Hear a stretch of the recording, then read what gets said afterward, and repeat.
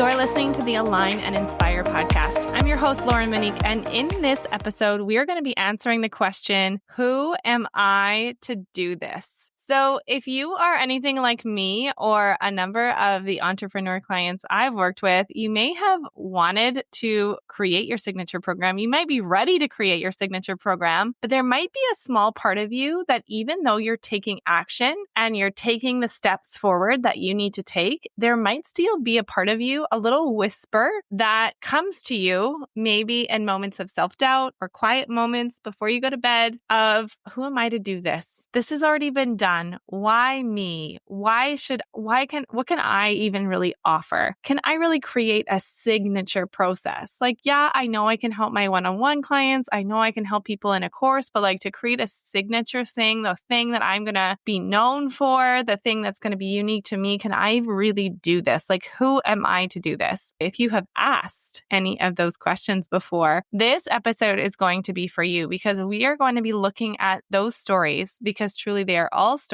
And they're all stories that I have thought, and many entrepreneurs who have beautiful signature programs that you know well in our industry, I'm sure they have thought of them too. And I want to give you some reassurance. I want to help you let go of those stories and replace them with stories that are going to support you, that are honestly true, to help you create that signature program that you want to create. Before we get into that, I want to let you know that coming up later this month on February 24th, we are going to be offering a new masterclass, and it is called Scale Past One-on-One. And in this masterclass, this is going to be for you if you're ready, if you maybe created a program before, you've maxed out on one-on-ones, you've done well with your one-on-ones, and you know that you want to create that signature program. That is what we're going to be diving into in this masterclass. So I'll share a little bit more about it at the end. But if you know that you want to be there for it at our upcoming masterclass on the 24th. The link is in the show notes. Check it out. Scale Past One-on-One. I would love to have you there. So let's jump in to this week's episode. The first thing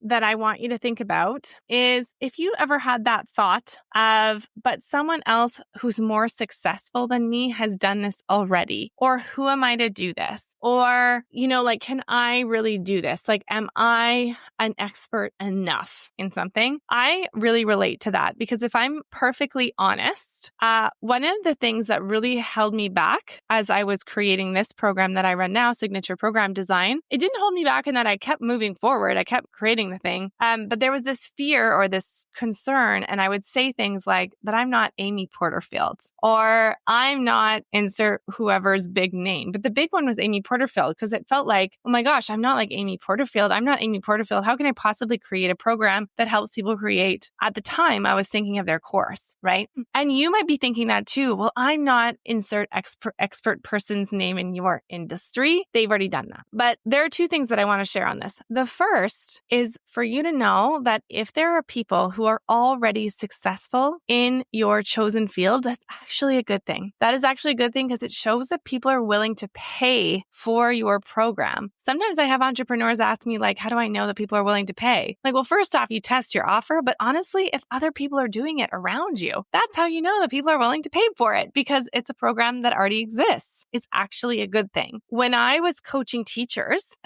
there are some people that coach teachers on well-being, but anyone who had a group coaching program for teachers who want to help them with like work-life balance, honestly, they evolved their business into something else. I know a number of people in that industry who used to do something similar to me who don't do it anymore. And to me, there weren't very many big names of people who were running group coaching programs for teachers because it's not going to be something that people sell or buy as readily. But if you have other people in your industry that are doing something similar to what you want to do, that's a really good sign that people are willing to pay for it. So that's the first thing I want to shift you to. The other is to remember that your voice and your own unique experience matters. And I heard this before and it was kind of like, yeah, but like that's true for other people. I don't know if it's really necessarily true for me. But here's what I realized is I remember when I worked as a teacher when I was teaching grade 8 and 9, I had my own little classroom that I loved. It overlooked like the SkyTrain and the mountains. It was beautiful and large. I really lucked out with this classroom. I had these big tables with lovely little plants on them. Everything was organized and cute. And I loved the way I decorated my classroom. And next door was a teacher who was very kind. And he said, your classroom looks like a cafe. And his classroom, I was like, oh my gosh, how does he take it? It's always filled to the brim with kids. There is stuff absolutely everywhere. He was a science teacher. There was like science experiments, like everything just looked like it was exploding. It was like, oh my gosh, sensory overload for me. Like, and it was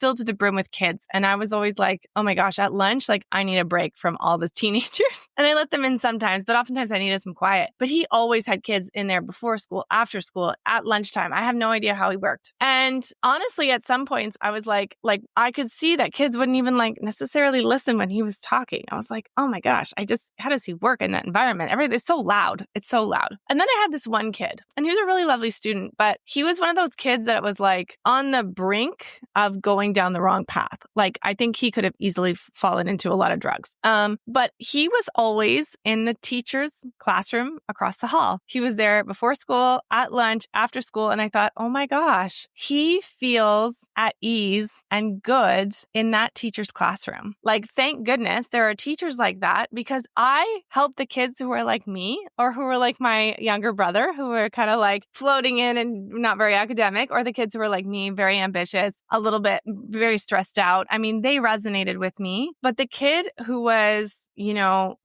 could have fallen into drugs, he felt at ease in that other teacher's classroom. And he was always there. And I thought, if that teacher didn't exist, he could have gotten in so much trouble. Like I could tell. And he was fine with me, but I could tell he didn't have a strong connection to me. And I was okay with that. And the thing I thought is like, there is somebody's perfect teacher out there, right? Like, it's so good that we have this diversity, because different kids will relate and be drawn to different teachers. And thank goodness for that. Like, thank goodness he was there, even though his teaching style was completely different to mine. Mine was like orderly. His was like loud.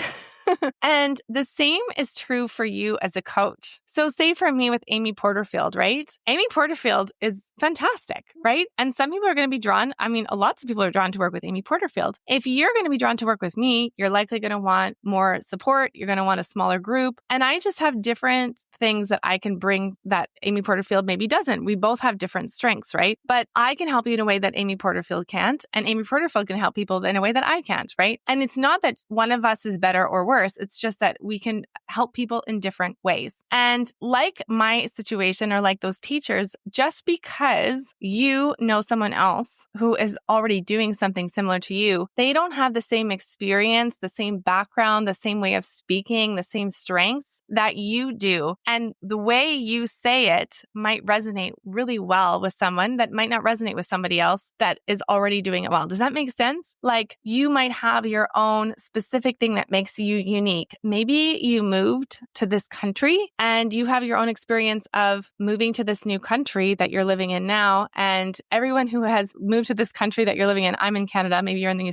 United States or in Canada, can really relate to that. Or maybe you're like me and you speak another language and that's really important to your kids and you're going to relate to that. Or maybe you have an athletic background and you have that like excellence around athleticism, and someone's going to be drawn to that who has an athletic background. You know what I mean? So just because someone else is doing it, they don't bring your own expertise, and someone else you're going to be the perfect fit for somebody. Does that make sense? I really, truly believe that. So don't discount what you can bring to the table and what your unique spin is, or your unique way of saying it. And when you think about it, I'm sure there's something that you've heard one coach say over and over and over, and then you hear another coach say it a different way and it just lands, so that's why there is room and space for having a plethora of voices. And it's so important for you to share yours, because your unique voice and experience matters for all the clients out there, because there's an abundance of people who need your support. So that's the first thing to think about, is that your own voice and experience matters. The second thing that I would love for you to think about is what's called the Dunning-Kruger Effect. So I heard this once from another mentor, and basically the idea of the Dunning-Kruger effect is that the more you know, the less you trust that you think you know, and the less you know, the more you think you know. And if you are a parent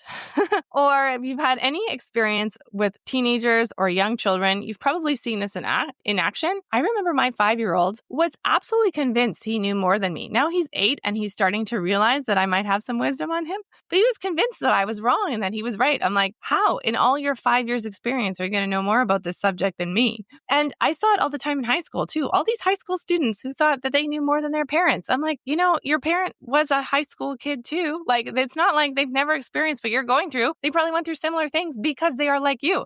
But teenagers and kids think they know a lot because they don't have a lot of experience. And so the opposite is, and it's not just with kids, but I really see it with kids. The opposite is true. You likely have so much experience, so much knowledge that comes so easily to you that you discount it. You don't realize how much you know because you're aware of how much more there is to learn. So just be aware of that when you're creating a signature program, something that's your own expertise. Don't discount all the experience and expertise that you do have just because you realize how much more there is to know. It shows the more you know, the more let's say that expression, right? The more you know, the more you realize you don't know.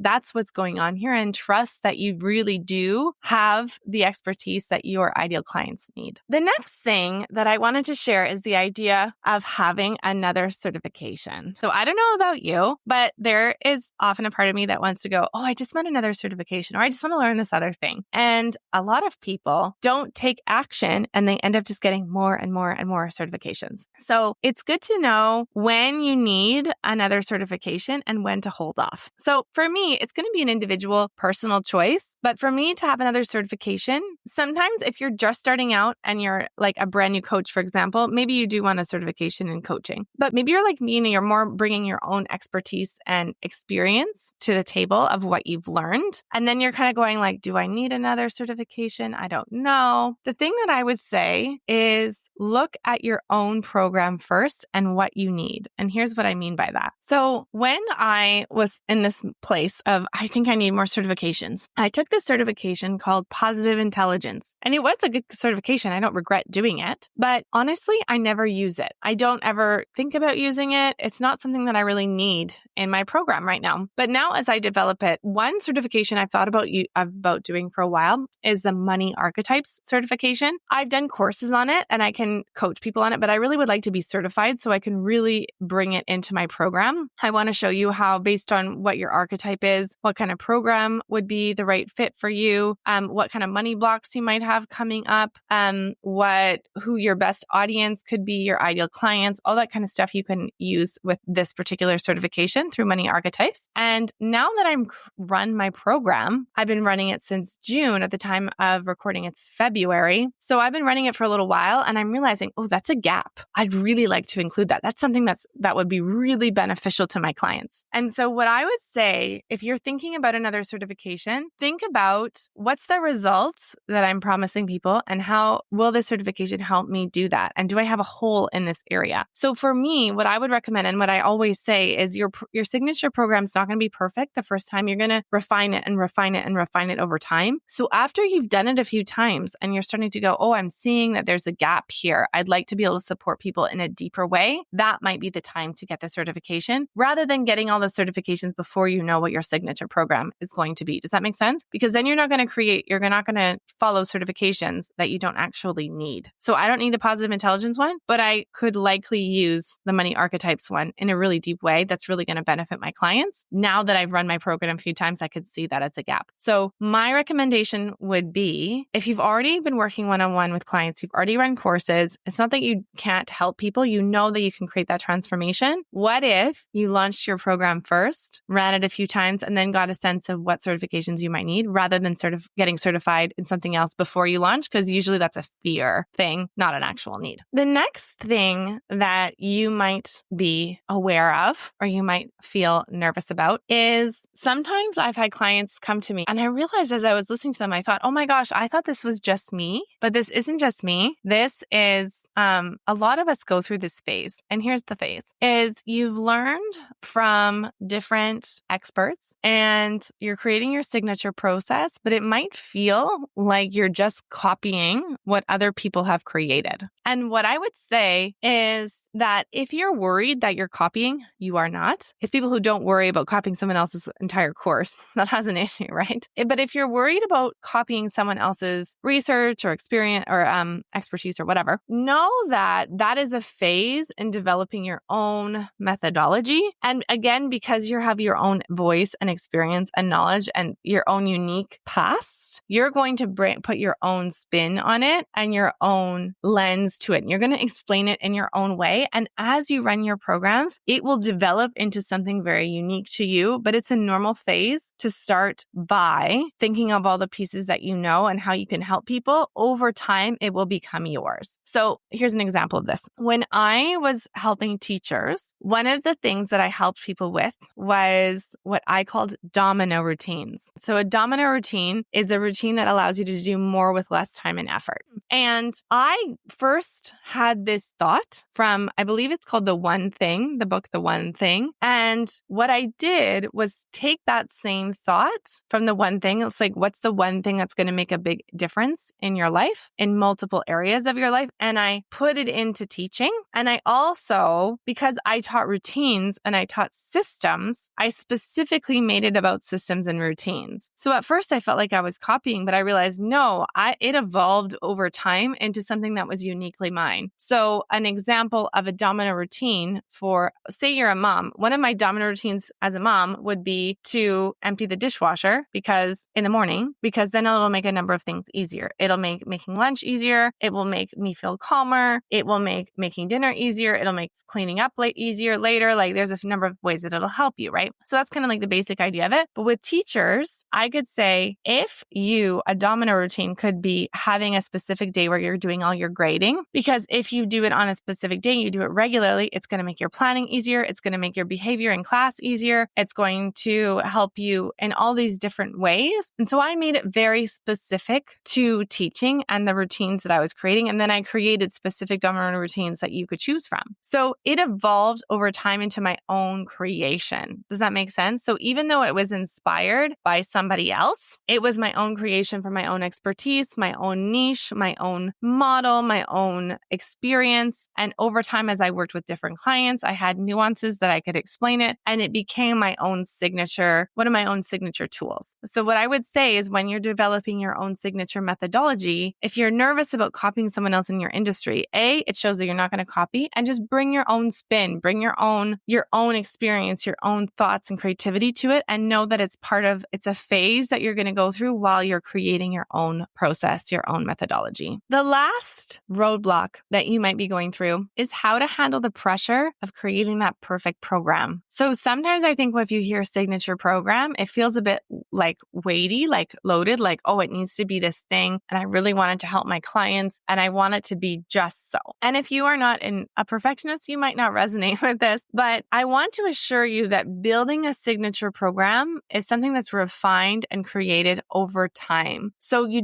can let go of the pressure of creating that perfect program. So the mantra that I recommend for you to think about is put it out before it's perfect and you'll perfect it as you go. Put it out before it's perfect and you'll perfect it as you go. So there is actually no way of making your program perfect before you launch it. It is a dance between you and your students, and you need to put it out there and see what they need help with, what they find unclear, what maybe things you've excluded, you've never thought about putting in. You need to have multiple iterations of your program to get it to the point where it's really a signature. So it's not something that's going to happen overnight. And that's okay. So for example, with mine, when I create signature program design, I'll say you can create your signature program in 3 months or less. That's your beta version. That's your first version that you're going to create. And that's the first kind of step when you work with me. But if you wanted to work with me for longer, that's why there's the next phase that people renew and work with me to help them once they've created their program, how to refine it, how to improve your systems, how to add little nuances and things like that as you move along. So for example, I had one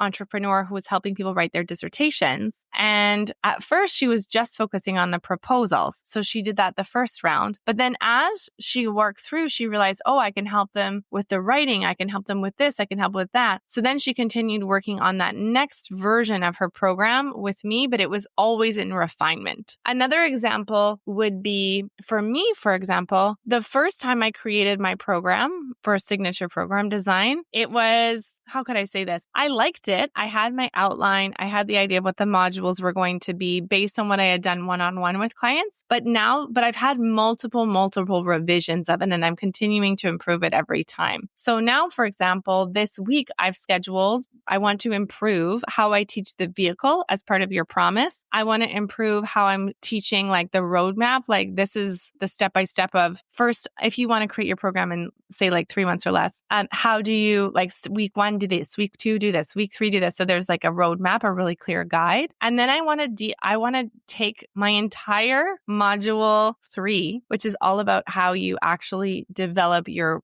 program, like the actual like curriculum, the core content of it. I want to recreate that entire module because there's a lot more nuance. I want to talk about different programs, structures, what's going to be right for you. There's a lot more that I want to add into that module, but it's been fine up until now. It's just now I've worked with enough clients that I'm like, oh, this is missing. That one needs to be refined. I want to add this piece to it. I want to add this workbook to it. So what I want to encourage you is that it's not going to be perfect the first time or even the second time, but you can always improve it over time. And that's what makes it your signature methodology because you've honed in over time in a group what it's going to look like. Does that make sense? So the last thing to let go of is, who am I to do this? It's not where I want it to be right away. That's normal. Give yourself permission to launch it the way you have it now, and then you can improve it over time. And in fact, that's what creates a really quality program over time, is those continual improvements. And I'm guessing your clients are really going to appreciate that you're always going to improve your program rather than you focusing on, oh, it's not where I want it to be. Focusing on that continual improvement, they'll appreciate that you're always making it better and better and better. So let's review everything that we spoke about today. If you've ever thought,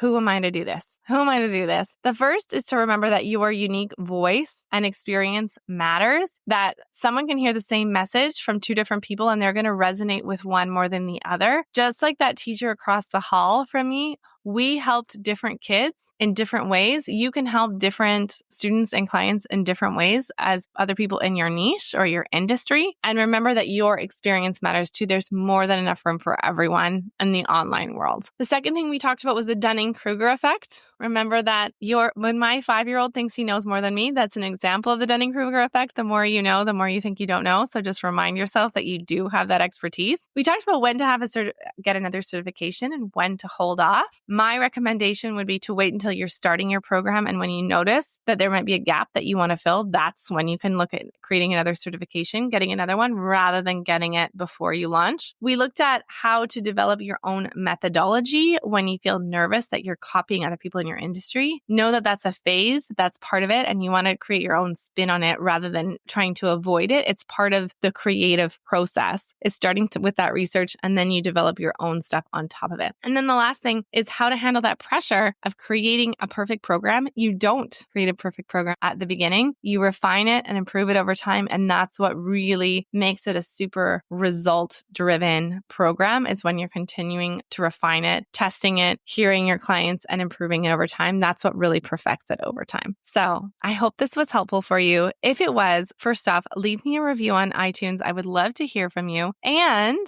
if you're ready to create your signature program and you want some support, I would love to have you join us in the Scale Pass one-on-one masterclass. I'm going to be breaking down what you need to do to really create a signature program that gets stellar results. We're going to be talking about things like mini result milestones, how to break that down so the selling is easier, how to structure your program. It's going to be really, really valuable, and I would love to have you there. So the link is in the show notes. Come along to our Scale Pass one-on-one masterclass, and I will see you in the next episode of the Align and Inspire podcast.